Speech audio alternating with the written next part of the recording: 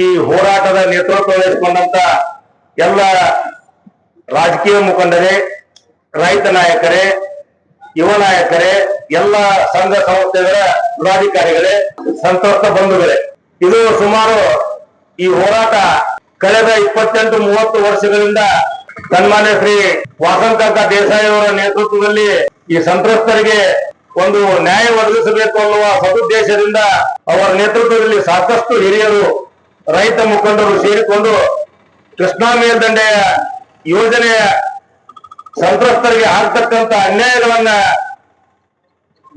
ಗಮನಕ್ಕೆ ತೆಗೆದುಕೊಂಡು ಅದರ ಕೂಲಂಕಷವಾದ ಲಿಸ್ಟ್ ಅನ್ನು ಮಾಡಿ ಸರ್ಕಾರದ ಗಮನ ಸೆಳೆದು ಸರ್ಕಾರದಿಂದ ಈ ಒಂದು ಅನ್ಯಾಯ ಆಗ್ತಕ್ಕಂಥ ಸಂತ್ರಸ್ತರಿಗೆ ನ್ಯಾಯ ಕೊಡಿಸುವುದು ಹೋರಾಡಿರುವಂತ ದಿವಂಗತ ವಾಸಂತ ದೇಸಾಯಿ ಅವರ ಒಂದು ಮಾರ್ಗದರ್ಶನದಲ್ಲಿ ಈ ಒಂದು ಸಮಿತಿ ಹೋರಾಟವನ್ನು ನಡೆಸಿಕೊಂಡು ಬಂದಿದೆ. ಇವತ್ತು ಸುಮಾರು 16,000 ಜನರ ರೈತರ ನೇತೃತ್ವದಲ್ಲಿ ಬೆಳಗ್ಗೆಯಿಂದ ನಾವು ಪಾದಯಾತ್ರೆ ಮುಖಾಂತರ ಜಿಲ್ಲಾ ಆಫೀಸಿನ ಮುಂದೆ ಹೋರಾಟದ ಒಂದು ಸ್ವಾಮೀಜಿಗಳ ಸಾನ್ನಿಧ್ಯದಲ್ಲಿ ನಮ್ಮೆಲ್ಲ ಮಾಜಿ ಸಚಿವರು, ಶಾಸಕರ ಮತ್ತು ಮಾಜಿ ಶಾಸಕರ ಎಲ್ಲ ಹಿರಿಯರ ನೇತೃತ್ವದಲ್ಲಿ ಪ್ರಾರಂಭವಾಗಿದೆ. ಇವತ್ತು ಮೊದಲನೇ ದಿನ. ಈ ಒಂದು ಹೋರಾಟ ನಾವು ಅಂತ್ಯಗೊಳಿಸುವುದಿಲ್ಲ.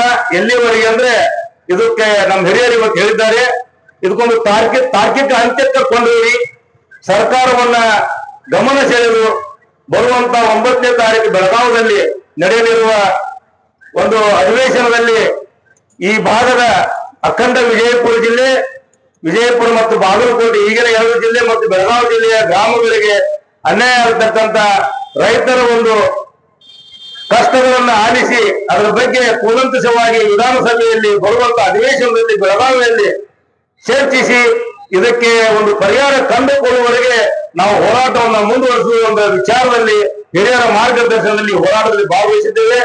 ಅದಕ್ಕಾಗಿ ಎಲ್ಲ ನಮ್ಮ ಸಂತ್ರಸ್ತ ಬಂಧುಗಳು ಮತ್ತು ರೈತ ನಾಯಕರು, ರಾಜಕೀಯ ಮುಖಂಡರು ಪಕ್ಷಾತೀತವಾಗಿ, ಜಾತ್ಯತೀತವಾಗಿ ನಾವೆಲ್ಲರೂ ಈ ಹೋರಾಟವನ್ನ ಸದೃಢವಾಗಿ ಬಲಪಡಿಸಬೇಕಾಗಿದೆ. ಸರ್ಕಾರದ ಮೇಲೆ ಒತ್ತಡ ತರಬೇಕಾಗಿದೆ. ಸರ್ಕಾರದಿಂದ ನಮಗೆ ಸಿಗ್ತಕ್ಕಂತ ಒಂದು ನ್ಯಾಯವನ್ನ ಪಡಿಲಿಕ್ಕೆ ನಾವೆಲ್ಲರೂ ಕಂಕಣಬದ್ಧರಾಗಿದ್ದೇವೆ. ದಯಮಾಡಿ ರಾತ್ರಿ ಆಗಲಿ ಅನ್ನದೆ ಯಾರು ತಮ್ಮ ವೈಯಕ್ತಿಕವಾದಂತಹ ಕೆಲಸಗಳನ್ನ ಬದಿಗಿಟ್ಟು ಲಗ್ನ, ಮುಹೂರ್ತ, ಮದುವೆ ಮುಂಜಿ ಸಾಕಷ್ಟು ಇರ್ತಾವ, ಎಲ್ಲರ ಮನೆಯಾಗ ಇರ್ತಾವ, ಎಲ್ಲರೂ ವ್ಯಾಪಾರಸ್ಥರು, ಎಲ್ಲರೂ ರೈತರು, ಎಲ್ಲರೂ ಇಂಡಸ್ಟ್ರಿ, ಎಲ್ಲರೂ ಒಂದಿಲ್ಲ ಒಂದ ಇದ್ರೊಳಗೆ ಕಾರ್ಯವನ್ನು ತೊಡಗಿದಂತ ಮುಖಂಡರಿದ್ದಾರೆ.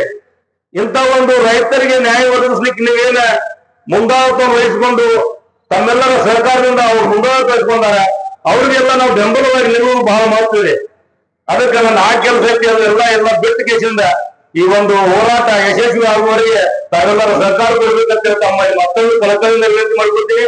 ಸಾಕಷ್ಟು ವಿಷಯಗಳದಾವ, ಮಾತಾಡೋರು ಎಲ್ಲ ನಾವು ಹಿರಿಯರಿದಾರ, ಅವರೆಲ್ಲ ಮುಂದೆ ತಾವು ಮಾತಾಡ್ಬೇಕು, ನಮಗೆಲ್ಲರಿಗೂ ಮಾರ್ಗದರ್ಶನ ಮಾಡ್ಬೇಕಂತೇಳಿ ಅವರೆಲ್ಲಲ್ಲಿ ವೇದಿಕೆ ಮೇಲೆ ಹಾಸಿದಂತ ಎಲ್ಲ ಗಣ್ಯಮಾನರಲ್ಲಿ ಕೇಳ್ಕೊಂಡು ನಾನು 2 ಮಾತು ಮುಗಿದ ಮಾತನಾಡಕ್ಕೆ ಅವಕಾಶ ಮಾಡಿಕೊಟ್ಟಂತ ಎಲ್ಲ ಹಿರಿಯರಿಗೆ ವಂದಿಸಿ ಅಭಿನಂದನೆ ಸಲ್ಲಿಸುತ್ತಾ ಜೈ ಹಿಂದ್, ಜೈ ಭಾರತ.